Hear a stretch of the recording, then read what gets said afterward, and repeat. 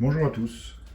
Alors, comme vous avez pu le voir sur mes précédentes vidéos, je viens d'acquérir une lunette Swarovski DS, qui est un peu le haut de gamme et le top chez Swarovski, qui est monté sur ma Remington. Et c'est une lunette qui est dans les environs de 4000 euros. Et auparavant, j'avais une lunette chinoise, donc qui est une lunette Seiko Zoom 450-75, avec des caractéristiques sur le papier qui sont assez intéressantes. La question c'est que vaut une lunette chinoise à 400 euros comparée à une lunette autrichienne à 4000 euros. Eh bien, je vais vous faire un petit comparatif avec des vidéos en essayant de vous permettre de comparer. Bon, vous vous doutez un peu du résultat, j'imagine, mais voilà, j'ai décidé de faire le test pour que vous puissiez comparer et vous faire une idée. Et peut-être que vous aurez une surprise. Alors pour que la comparaison soit complète, j'ai décidé de comparer également une lunette chinoise également.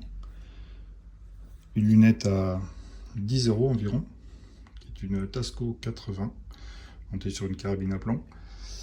Bon, évidemment, elle a ses limites, hein. Vous verrez la différence optique. Et puis, je vous propose de comparer également avec une lunette 3940. Il se trouve que c'est la lunette qui est livrée d'origine avec la Remington. Bon, qui a également ses limites. Donc ça permettra de comparer la qualité optique entre une lunette à 10 euros, une lunette que j'estime probablement à 50-70 euros, une lunette à 300, une lunette à 3000.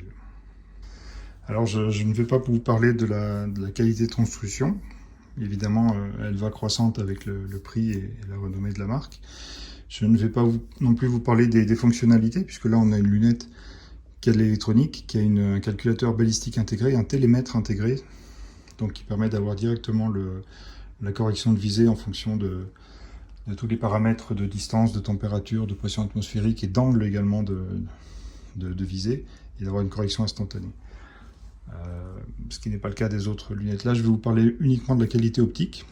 Donc on va commencer par la plus petite des lunettes, donc faire une visée avec un grossissement d'à peu près x3. Et donc voir l'image, la comparer à la deuxième lunette qui a un grossissement également autour de x3, 4, donc à une distance d'environ 100 mètres. Donc on peut voir la différence de qualité d'image. Bon, c'est la petite lunette. En plus, il y a le viseur qui est légèrement dans le champ. Hein, l'espèce de cercle que vous voyez, c'est le viseur de la carabine à plomb que je n'ai pas enlevé. Bon, là évidemment, la petite lunette, on distingue à peine ce qu'on voit en fait. Hein, on distingue et puis on arrive à viser avec une croix qui est très grossière, qui est très grosse, qui ne supporterait probablement pas un coup de feu d'une arme un peu lourde.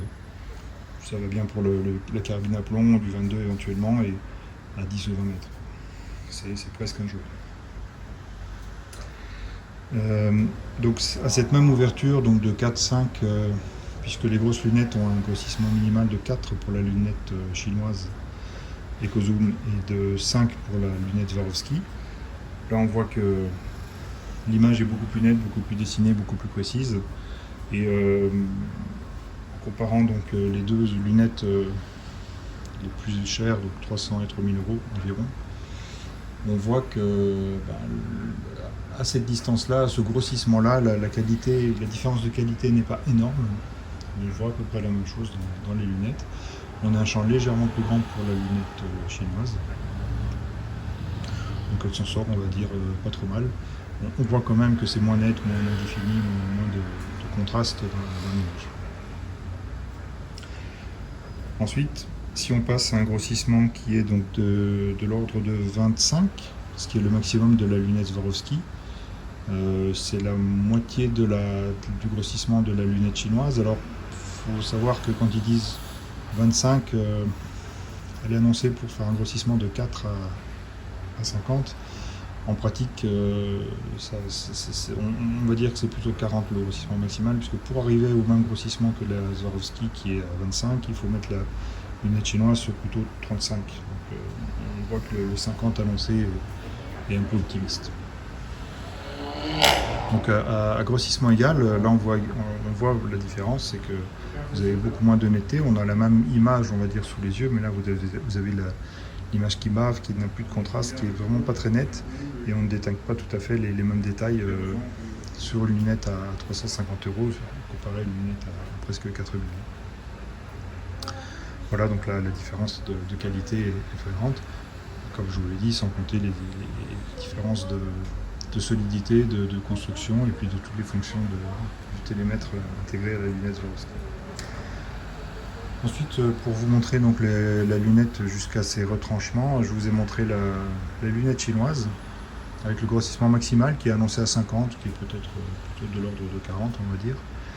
Et là, vous voyez que l'image grossit, mais pas la définition, c'est-à-dire qu'on a une image qui devient floue, baveuse, sans vraiment définition, et beaucoup d'aberrations chromatiques.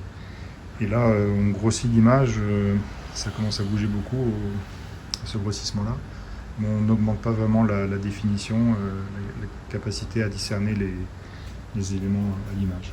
Donc ce grossissement de 50 qui est commercial, qui est plutôt autour de 40, en plus il n'est pas tout à fait utilisable parce qu'on a une image qui devient presque moins nette qu'elle ne l'était à 25-30 de grossissement. Donc voilà les limites de la lunette chinoise. Ceci dit, c'est une lunette qui vaut 10 fois moins. Alors, à vous de voir, hein, je vous remets les images comparées.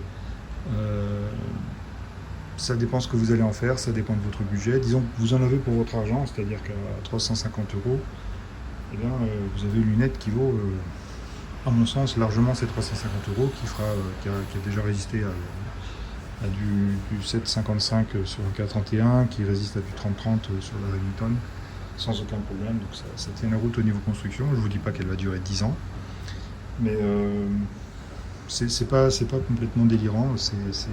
C'est une lunette bas de gamme, mais de qualité relativement bien pour ses performances, pour son prix. Donc à vous après de faire votre choix. Évidemment, si vous avez les moyens, achetez Swarovski. Si vous ne les avez pas, mais que vous voulez vous faire plaisir quand même, et bien pourquoi pas une lunette chinoise à 300 €. Voilà pour aujourd'hui. Si ça vous a plu, abonnez-vous. Mettez un like. N'hésitez pas à commenter, me demander si vous avez d'autres questions, d'autres tests. Et puis à bientôt pour de nouvelles vidéos.